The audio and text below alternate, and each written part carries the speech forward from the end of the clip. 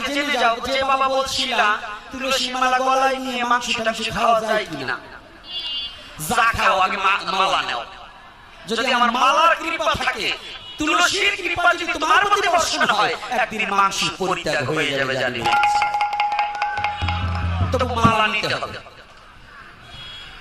তবে একটা কথা বলে যায়, আমি আজকে বড় নিষেধ করব সনাতন ধর্ম শাস্ত্র অনুপাতে এই যারা ঘোরদার মাছ মাংস খান খান, আপনি খাইলে আমি ফিরে দিতে পারবো না, কিন্তু একটু নিষেধ আছে। কোন কোন দিন, কোন কোন বার, কোন কোন তিথিতে একটু বলবো। হ্যাঁ, পিছনের বাবারা কি বলে? মা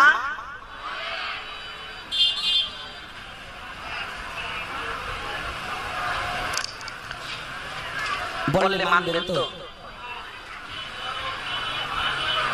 এখন করবেন এইরকম এইরকম, যখন বেদ হলে